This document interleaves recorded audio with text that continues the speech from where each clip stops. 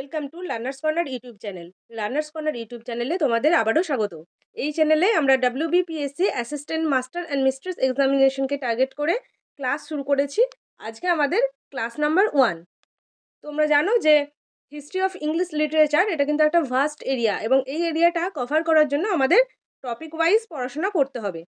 আজ আমরা এই ভিডিওতে দ্য এজ অফ চসার থেকে 30 ইম্পর্টেন্ট MCQs আলোচনা করব, এবং সেখানে তোমরা হিস্ট্রি অফ লিটারেচারের ব্যাকগ্রাউন্ড থেকেও যেরকম কোয়েশ্চেন পাবে, সেরকম চসারের যে বিখ্যাত রাইটিংগুলো এবং তার ক্যারেক্টারিস্টিক্স সেইগুলো থেকে আমরা কিছু প্রশ্ন উত্তর আলোচনা করব। If you find this class is helpful for your preparation, please do like, comment and subscribe to this channel. আজকে আমাদের সেটের first question number 1, the life span of Geoffrey Chaucer is. Geoffrey Chaucer তার life স্প্যানটা কোথা থেকে কত পর্যন্ত ছিল?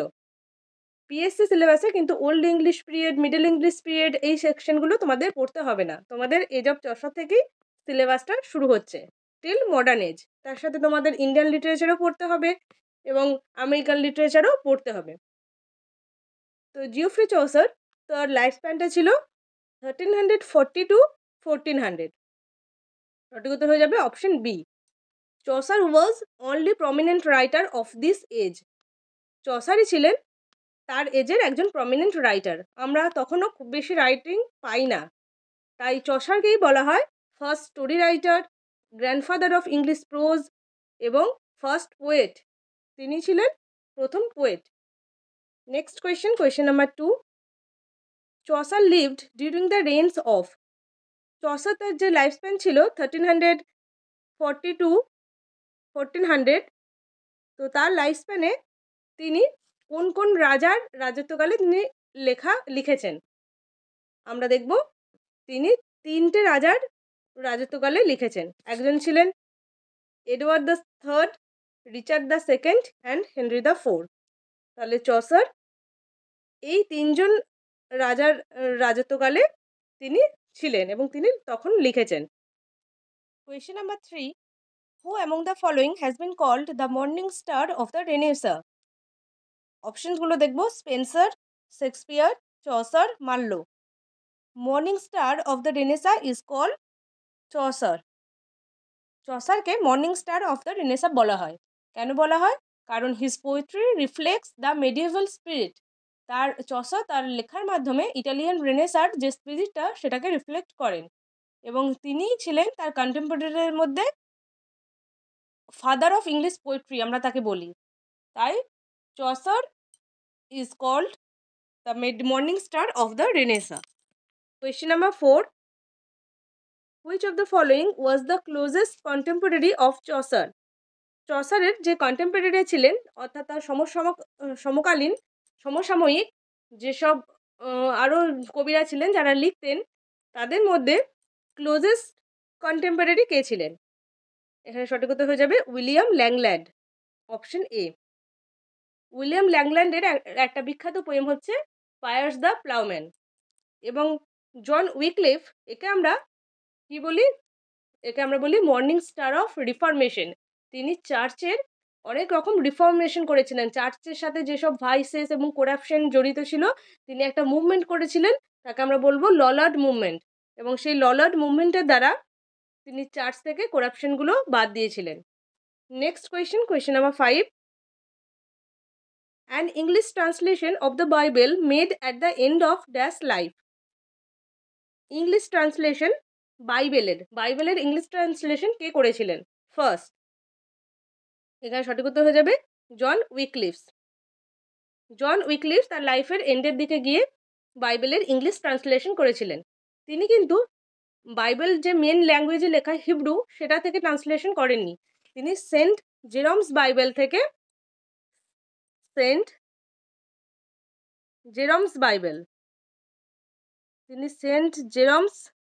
বাইবেলের ট্রান্সলেশন করেছিলেন, এবং এটা ছিল ল্যাটিনে লেখা সেন্ট জেরমস বাইবেল। তিনি ল্যাটিন থেকে ইংলিশে ট্রান্সলেশন করেছিলেন। Question number 6, in which year did the 100 Years war with France begin?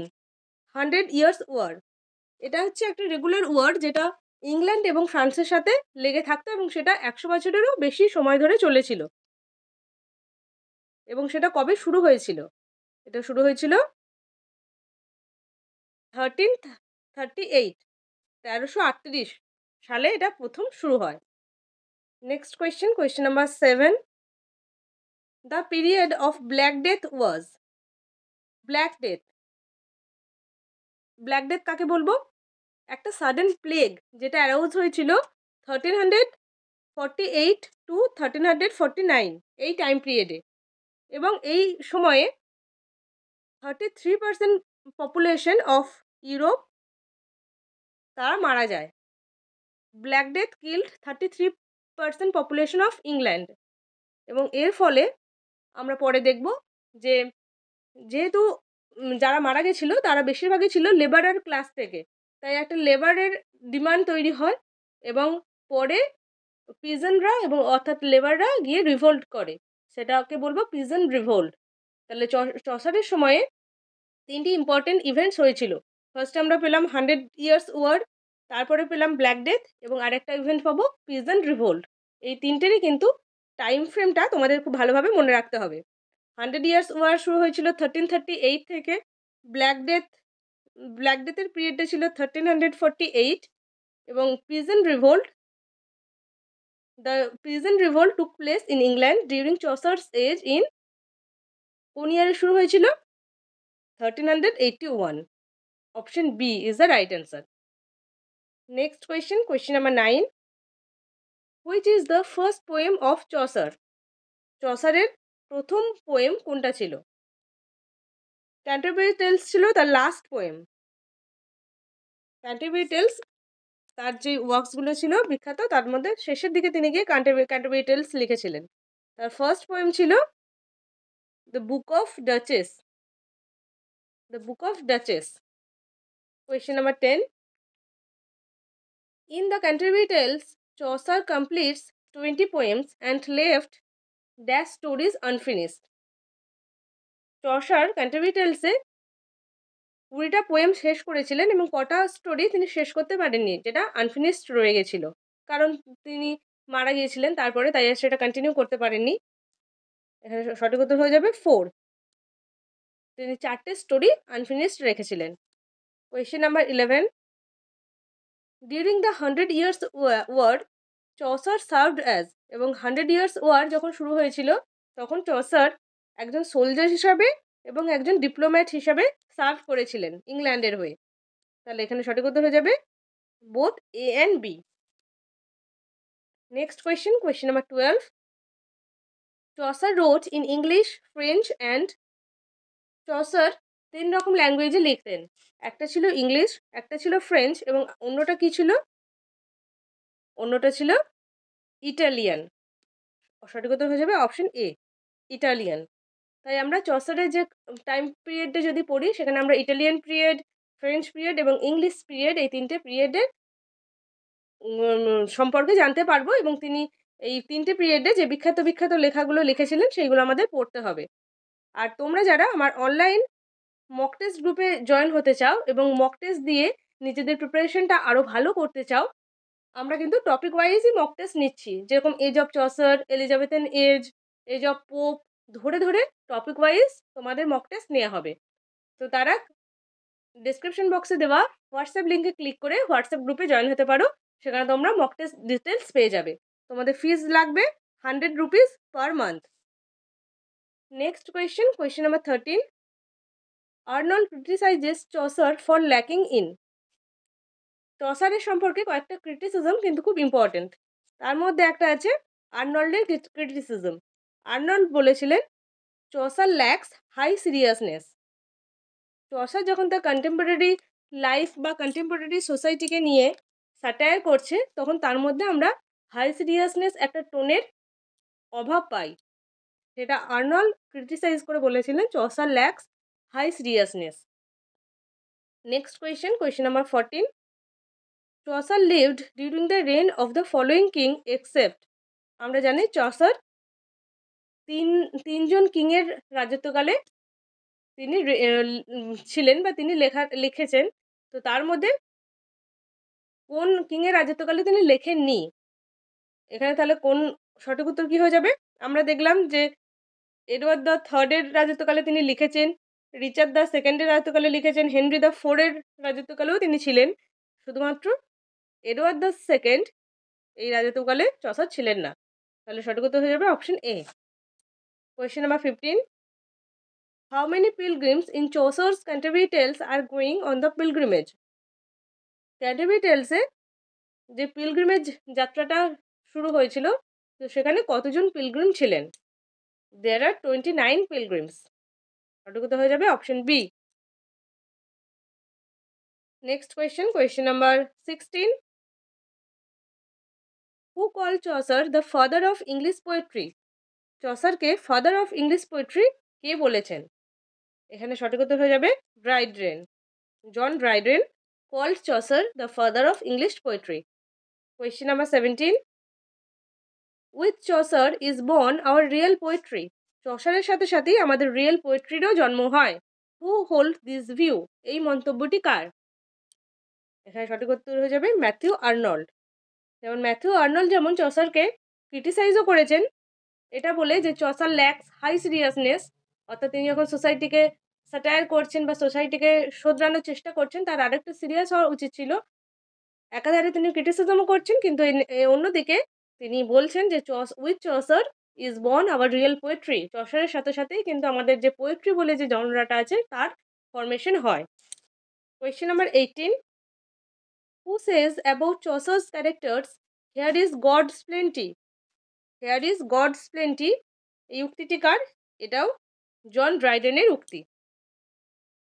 ক্যান্টারবরি টেলসে আমরা যে ডিফারেন্ট ক্যারেক্টার্স পাই সেগুলো ছিল ডিফারেন্ট ট্রেড থেকে, কেউ মঙ্ক, কেউ স্কোয়ার, কেউ প্লাউম্যান, কেউ ওয়াইফ অফ বাথ, নানান রকমের ক্যারেক্টার আমরা ক্যান্টারবরি টেলসে পাই।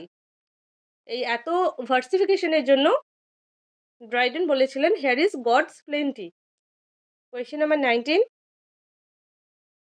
Chaucer celebrated some princely betrothal in which of his book? Princely betrothal এটা তিনি সেলিব্রেট করেছেন তার কোন বুকে, কোন কাজে?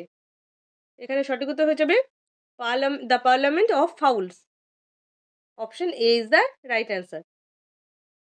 The house of good women, the house of fame, the Canterbury tales এগুলো চসারের লেখা। Next question, question number 20, which language had an indelible impact on Chaucer? চসারের উপর কোন ল্যাঙ্গুয়েজটা সব থেকে বেশি প্রভাব ফেলেছিল? সঠিক উত্তর হয়ে যাবে ল্যাটিন। তিনি ল্যাটিন, ইটালিয়ান এবং ইংলিশ এই তিনটে ভাষাতে লিখতেন। তিনি গ্রিকেও লিখতেন না, ফ্রেঞ্চেও লিখতেন না, রোমানেও লিখতেন না। ল্যাটিন, ইটালিয়ান এবং ইংলিশ এই তিনটে ল্যাঙ্গুয়েজ তার উপর খুব বেশি প্রভাব ফেলেছিল। Question number 21, name the inn where pilgrims assembled for the night?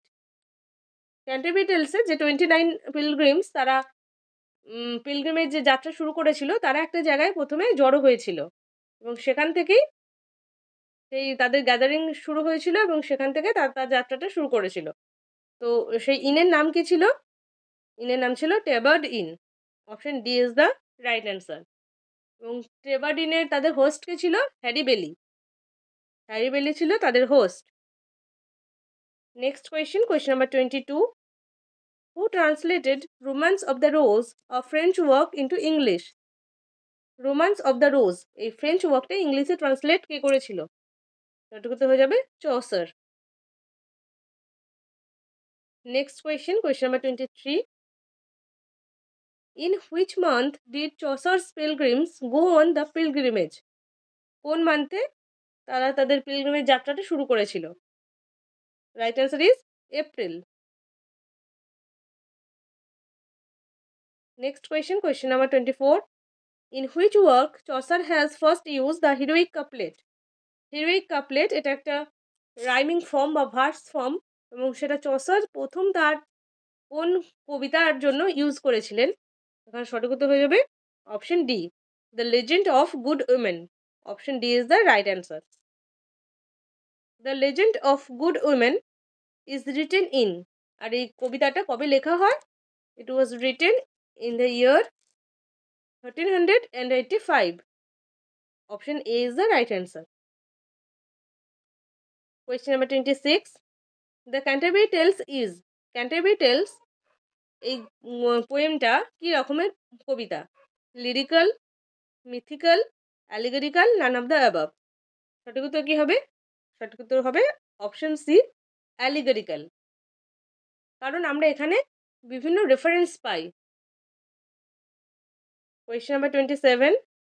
How many ecclesiastical characters are portrayed in the prologue to Canterbury Tales? Canterbury Tales এর আমরা একটা জেনারেল প্রোলগ পাবো এবং সেখানে যে 29 পিলগ্রিমস আছে তাদের সম্পর্কে চসার খুব ভালো ডেসক্রাইব করেছেন তাদের। তো তাদের মধ্যে এক্লেসিয়াস্টিক্যাল ক্যারেক্টার্স অর্থাৎ যারা চার্চের সাথে যুক্ত, রিলিজিয়াস ক্যারেক্টার, আমরা কতজনকে পাবো? সঠিক উত্তর হয়ে যাবে অপশন ডি, 8। তাদের মধ্যে ছিল nun prioress, second nun, monk, friar, clerk of Oxford, parson, summoner and pardoner. এই 8জন হলো ecclesiastical characters in the prologue of Canterbury tales. Question number 28. Which English Chaucerian has written The Pastime of Pleasure? The Pastime of Pleasure এই ওয়ার্কটি কার লেখা? English চসারিয়ান অর্থাৎ যারা চসারের পরে যারা চসারকে follow করে লিখতেন তাদের আমরা বলবো ইংলিশ চসারিয়ান। এবং আরও কিছুজন ছিলেন যারা ছিলেন স্কটিশ রাইটার এবং তারা চসারকে ফলো করতেন, তাদের আমরা বলবো স্কটিশ চসারিয়ান। কয়েকজন ইংলিশ চসারিয়ান এবং কয়েকজন স্কটিশ চসারিয়ান ছিলেন এবং তাদের ওয়ার্কগুলো কিন্তু আমাদের পড়তে হবে। আমরা মক টেস্টে কিন্তু এরকম কোয়েশ্চেন দিই। তোমরা যারা আরও ডিটেলসে পড়তে চাও বা আরও ডিটেলসে এগুলো সম্পর্কে জানতে চাও তারা আমার মক টেস্ট গ্রুপ জয়েন করতে পারো। তো এই দ্য পাস্টাইম অফ প্লেজার এই ওয়ার্কটা কে লিখেছিলেন? Option A, Stephen Hawes. Question number 29. Who is known as the Chaucer of Scotland? যেরকম ইংলিশ চসারিয়ান বললাম সেরকম স্কটিশ চসারিয়ান অর্থাৎ স্কটল্যান্ডের চসার হিসাবে কে পরিচিত ছিল?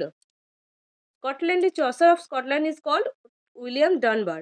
উইলিয়াম ডানবারকে আমরা চসার অফ স্কটল্যান্ড বলি। আজকে সেটা last question, question number 30. The nut brown maids is a well known. The nut brown maid it is a well known ballad. সঠিক উত্তর হয়ে যাবে অপশন সি। আজকের প্র্যাকটিস সেটের পিডিএফ পেতে you can join our Telegram channel. Link আছে description বক্সে। আমি টেলিগ্রাম গ্রুপে এই পিডিএফের লিঙ্ক দিয়ে দেবো। আর এর পরের ক্লাসে আমরা নেক্সট এজ থেকে আরও কিছু ইম্পর্টেন্ট টপিকস নিয়ে আলোচনা করব এবং সেখানে থাকবে এরকমই MCQs, question and answer. Stay happy, stay positive. Thank you.